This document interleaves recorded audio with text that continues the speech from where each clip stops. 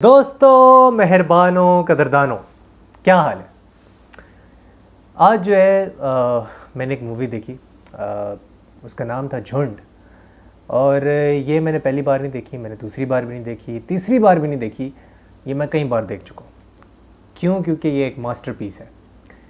ये एक ऐसा मास्टरपीस है जिसमें ये दिखाया जाता है कि कुछ स्लम्स होते हैं और अमिताभ बच्चन का जो कैरेक्टर होता है वो जो है, by the way Amitabh Bachchan is my most favourite actor in Bollywood.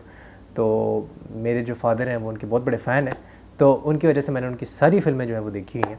तो झुंड जो है ना, वो उसमें ये दिखाया जाता है कि जो स्लम्स हैं, जो फुटबॉलर्स हैं, तो स्लम्स से ना वो अमिताभ बच्चन उठाता है फुटबॉलर्स और उनको सीधे रास्ते पर लेके जाता है और फुटबॉल के ज़रिए यूनाइट करता है लोगों को। एंड फिर उसके बाद होता ये है कि वो जो स्लम्स होते हैं वो स्लम फुटबॉल वर्ल्ड कप खेलने जाते हैं।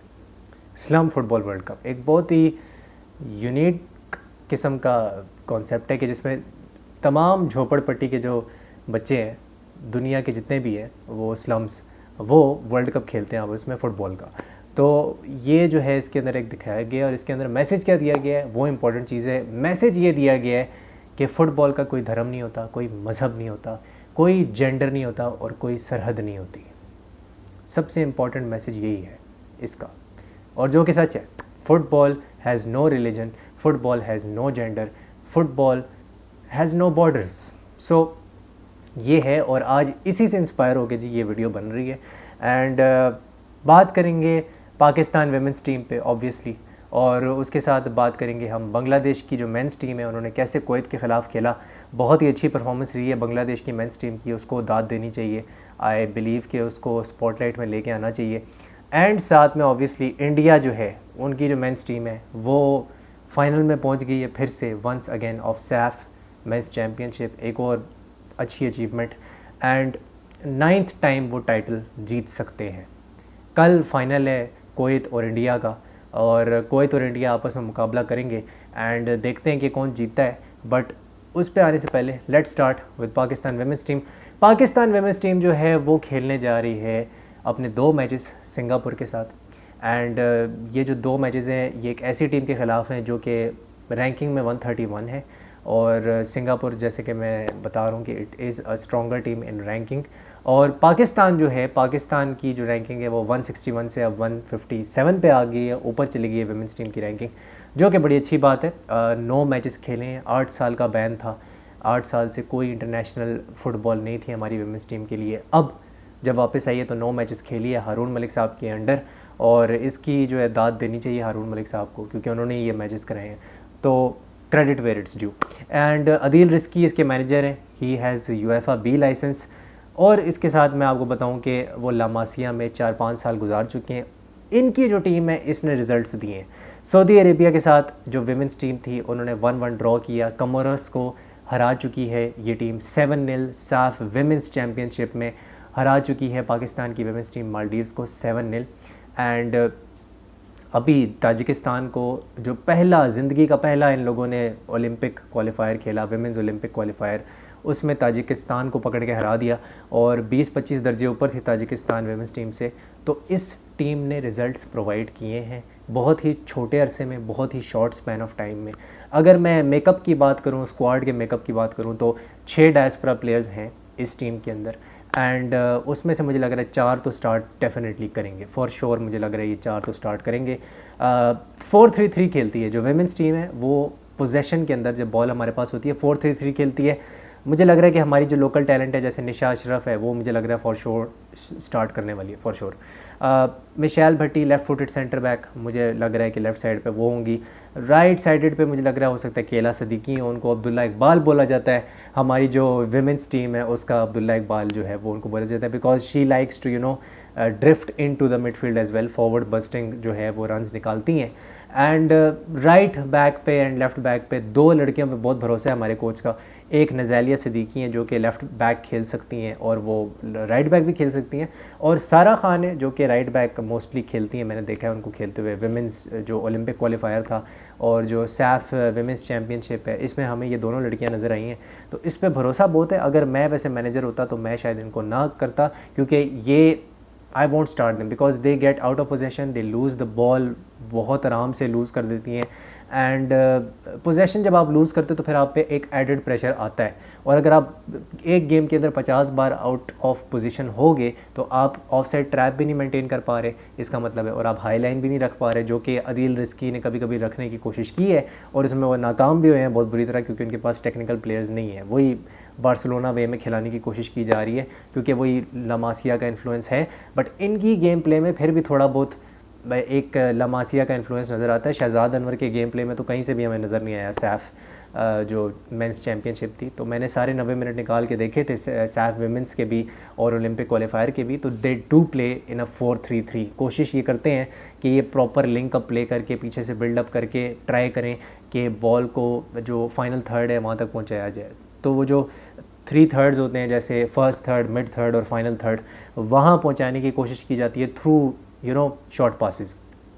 तो ये कोशिश की है, बट यहाँ पे भी वही प्रॉब्लम है कि जैसे मेंस टीम के फुल बैक्स अच्छे नहीं हैं, विमेंस टीम की जो फुल बैक्स हैं मैं नहीं समझता कि वो इंटरनेशनल क्वालिटी की हैं। तो ये है, और मुझे लग रहा है कि मारिया खान, रामीन फ़रीद एंड सोहा हिरानी, ये 3 लड़कियों का मुझे नज़र आ रहा है ये मिडफील्ड होने वाली है। सोहा हिरानी अपनी लोकल स्टार हैं, कराची यूनाइटेड के लिए खेलती रही है। विमेंस ओलंपिक क्वालिफायर में इन्होंने प्रूव करके दिखाया that she is the most skilful player. मेरे हिसाब से she is the most skilful player जो पाकिस्तान ने अभी तक प्रोड्यूस की है लोकली जो विमेंस टीम के अंदर। एंड मारिया खान हमारी जो हैं वो एक कैप्टन है। मैं आपको बताता चलूँ कि हमारे जो लेजेंड हैं जहांगीर खान जो स्क्वाश प्लेयर हैं वो इनके अंकल हैं। फिर हाशिम खान जो थे जो हमारे 60s में स्क्वाश लेजेंड थे वो इनके नाना हैं। तो ये हमारी कैप्टन है, शी हैज़ अ लेगेसी, इनके खून के अंदर दौड़ता है। रामीन फ़रीद जो हैं वो मुझे लग रहा है राइट हाफ स्पेस के अंदर एक मिडफील्ड 3 में आपको नज़र आएंगी। Very good tackler of the ball, great recycler of the ball. Passing थोड़ी बेहतर करने की ज़रूरत है obviously, but aerially she is pretty good, second balls जीतेंगी। एंड ये मुझे कॉम्बिनेशन अच्छा लगता है रामीन फ़रीद का एंड मारिया खान का। मारिया खान एक रजिस्ट्रा के तौर पे खेलेंगी कि पीछे से बैठ के सेंटर बैक्स के बीच में ड्रॉप इन करके वो बॉल डिस्ट्रीब्यूट करना, लॉन्ग बॉल्स निकालना, क्योंकि लॉन्ग बॉल्स निकालना एक बहुत बड़ी स्किल है अपने विंगर्स के लिए या अपने टीममेट्स के लिए। तो वो सही निशाने पे लगना, आई थिंक इनसे अच्छा लॉन्ग बॉल डिस्ट्रीब्यूटर कोई भी नहीं है, एरियल डिस्ट्रीब्यूटर मुझे नहीं लगता कोई है। एंड फ्री किक्स कमाल इनकी होती हैं, कॉर्नर्स कमाल होते हैं। सेट पीस टेकर की जो है ना, ये मैं कहना चाहता हूँ ये बंदी जो है ये क्वीन है हमारी इस विमेंस टीम के अंदर। तो फ्रंट 3 की अगर मैं बात करूँ तो आई थिंक लेफ़्ट विंग जो है वहाँ मुझे थोड़ा सा स्केप्टिकल लग रहा है कि किसको खिलाएंगे, I am not sure. Soha Hirani को खिलाया जा सकता है। सोहा हिरानी एक ऐसी प्लेयर हैं, इवन दो मैं उनको मिडफील्ड में खिला रहा हूँ, लेकिन वो मुझे लगता है उनकी जो मेन स्ट्रेंथ है वो लेफ़्ट विंग है। मैं अगर मैनेजर होता तो मैं ये समझता हूँ कि उनके टेक ऑन्स, 1-on-1 टेक ऑन्स बहुत अच्छे हैं, क्रॉसेज अच्छे हैं, dribbles really well and beat कर लेती है आराम से किसी भी प्लेयर को। तो वो मैं समझता हूँ कि वहाँ पे लेफ़्ट विंग में होना चाहिए। लेकिन मुझे लग रहा है कि वो जो उनके ट्रस्टेड प्लेयर हैं अदील रिस्की के, Anmol Hira 17 number shirt, I think she is going to play, होना यही है। एंड मुझे ये लगता है कि अगर मैं मैनेजर होता तो शायद मैं सोहा को मिडफील्ड में खिला लेता शायद, और मैं सामने ये मद्देनज़र रखता कि जुल्फिया नज़ीर हैं कराची यूनाइटेड की से वो निकली हैं, उनको मैं स्ट्राइकर खिलाता। राइट पे मैं ज़मीना मलिक को खिलाता, लेफ़्ट पे मैं इसरा को खिलाता, इसरा खान को। लेकिन इसरा खान जो है प्राइमरीली एक स्ट्राइकर हैं, वो भी डायस्पोरा प्लेयर हैं, ज़मीना भी डायस्पोरा प्लेयर हैं।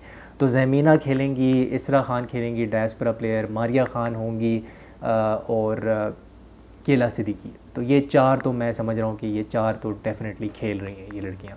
तो बाकी हम देखते हैं कि क्या और इसमें इंक्लूजन्स हो सकती हैं। इसमें यह है कि जो नादिया खान है, नादिया खान अभी ACL इंजरी है, 8 महीने के बाद उन्होंने वापस आना है, तो वो एक बहुत बड़ा एक धचका है। एंड आमना हनीफ़ नहीं है, बहुत से लोग पूछ रहे हैं आमना हनीफ़ क्यों नहीं है। पर्सनल रीजंस की वजह से वो भी नहीं स्क्वाड का हिस्सा हैं। उनका कोई आई थिंक ऑफ सीज़न में वो कुछ ट्रेनिंग सेशन जो है वो आजकल ज़्यादा कर रही हैं। तो ये है, आई होप कोई इंजरी की वजह से कोई निकल शिकल ना हो। बट मलाइका नूर जो हमारी वाइस कैप्टन है, गिलगित बल्तिस्तान से उनका ताल्लुक़ है, वो भी फैमिली रीजंस की वजह से जो है वो नहीं आ पाएंगी इस टूर के अंदर। एंड ये अभी तक मेरे पास न्यूज़ है। एंड ये हो सकता है कि हाँ, हाजरा खान भी जो है, जो मेन बड़ा क्वेश्चन पूछा जाता है, हाजरा खान भी अवेलेबल नहीं होंगी।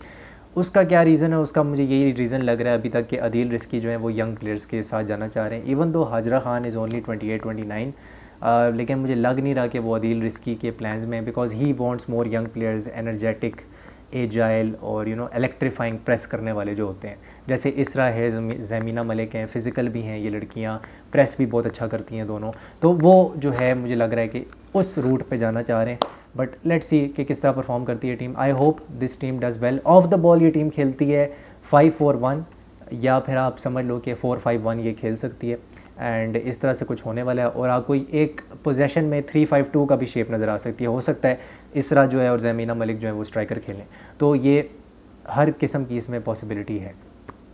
अब मैं आता हूँ जो बांग्लादेश की टीम है उसके ऊपर। विमेंस टीम पे हम मज़ीद बात करेंगे, एक और मैं इस पे वीडियो बनाऊँगा। बांग्लादेश पे मैं ये कहना चाहता हूँ कि भाई जो 4-4-2 के बैंक में लो मिड ब्लॉक रखा या मिड ब्लॉक रखा इन्होंने कुवैत के ख़िलाफ़, वो बड़ा ही मुझे लगा कि लिमिटेड, अगर आपके पास टैलेंट्स हैं, लिमिटेड रिसोर्सेज हैं, कुवैत एक बहुत अच्छी साइड है, बहुत अच्छी साइड है, कोई इसमें शक नहीं है। तो उसके सामने आपने कैसे खेलना है वो बांग्लादेश ने दिखाया कि खेलना कैसे है, कैसे फ़ाइट करनी है। तारिक काजी को आप अगर देखो, क्या कमाल किस्म की उसने लास्ट डिच टैकल्स और लास्ट मैन डिफेंडिंग की है। फिर अगर मैं आपको ये बताऊं कि उनके जो प्लेयर्स हैं, 7 प्लेयर्स जो थे प्लेइंग 11 के, वो वसुंधरा किंग्स में खेलते हैं। 7 प्लेयर्स एक ही क्लब में खेलते हैं जो कि बांग्लादेश प्रीमियर लीग का क्लब है वसुंधरा किंग्स, और उसकी AFC लाइसेंसिंग भी हुई है। बांग्लादेश प्रीमियर लीग में 2 क्लब्स हैं जिसकी AFC लाइसेंसिंग हुई है। एक ढाका का क्लब है, ढाका लिमिटेड उसका कुछ नाम है, और एक क्लब है वसुंधरा किंग्स। तो 7 प्लेयर्स वसुंधरा किंग्स से आते हैं इनके।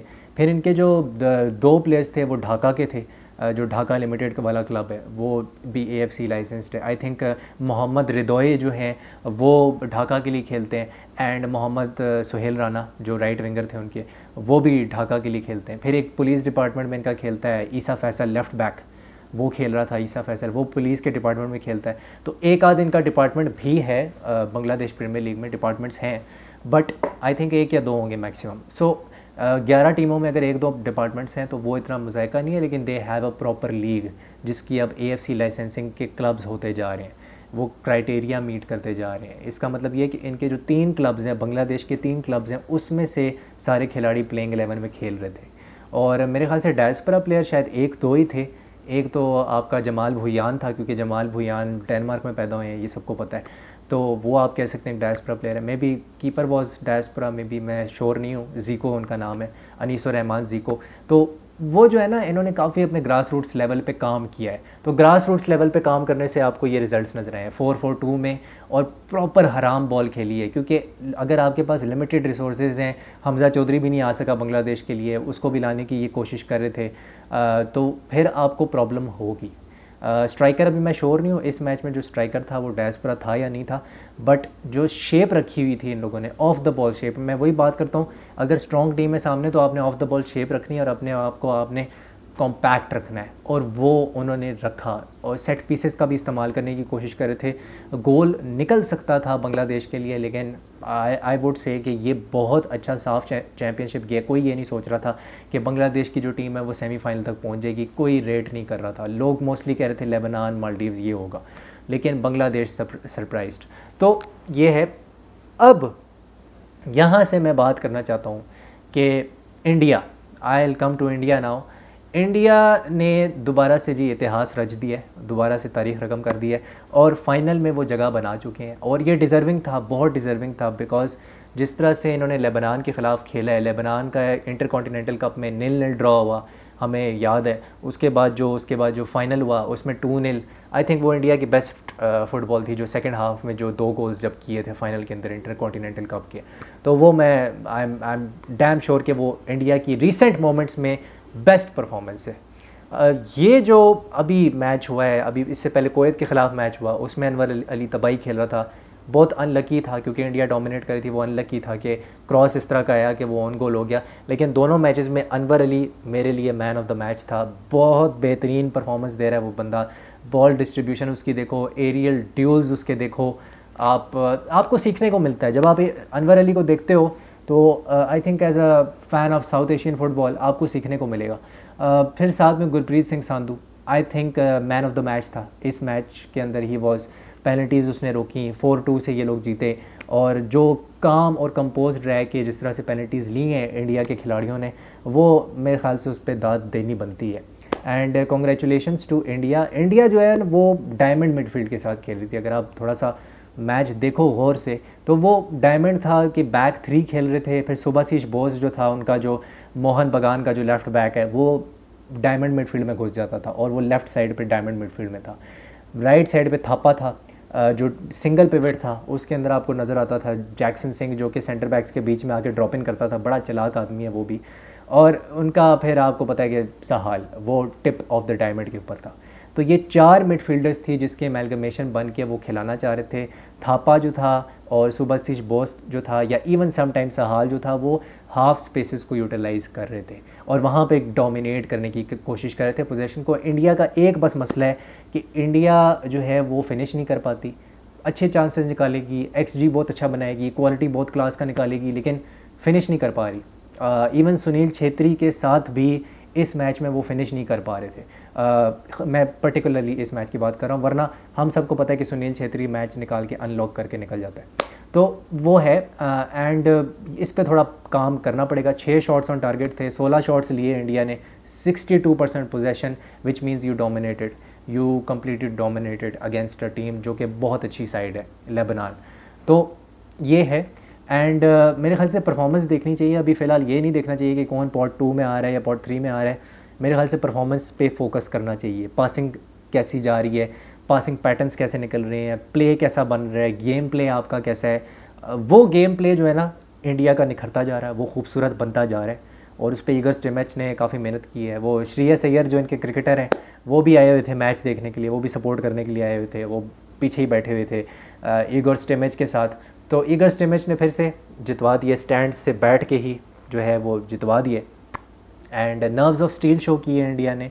सो कॉन्ग्रेचुलेशंस टू इंडिया। अब देखते हैं कि कल फाइनल जीतते हैं कि नहीं। मैं फाइनल करूंगा कवर, कोई तो इंडिया के बीच में होगा, मेरे साथ दर्शन भाई भी आएंगे तो हम दोनों कवर करेंगे वो मैच। 7 बजे है कल वो मैच। तो बात मैं इतनी सी करना चाहता था कि हमें जो डिफरेंट मुल्क है ना उनसे सीखना चाहिए कि वो कैसे ग्रास रूट्स लेवल को अपने बेहतर कर रहे हैं। बांग्लादेश की आप एग्जाम्पल देखें कैसे वो बेहतर कर रहे हैं, इंडिया की आप एग्जाम्पल देखें कैसे वो बेहतर करें, इवन अफ़गानिस्तान को देखें, वो जंग से लड़ के अभी आ रहे हैं, जंग से निकल के आ रहे हैं, लेकिन उनकी रैंकिंग भी 150s के अंदर है। तो हमें डिफरेंट मुल्कों से सीखना होगा कि ये लोग किस तरह आगे बढ़ रहे हैं डायस्पोरा को यूज़ करके और ग्रास रूट्स लेवल पे काम करके। ग्रास रूट्स के बगैर, डायस्पोरा बेशक यूज़ करें लेकिन ग्रास रूट्स के बगैर आपका काम नहीं चल सकता।